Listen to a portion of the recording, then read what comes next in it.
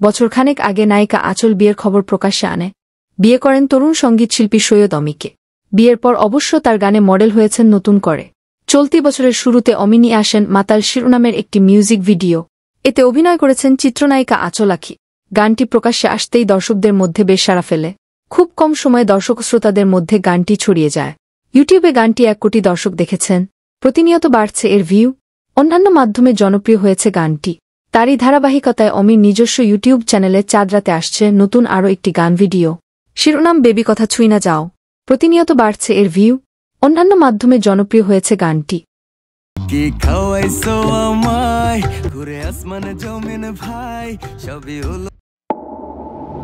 এতক্ষণ সাথে থাকার জন্য ধন্যবাদ।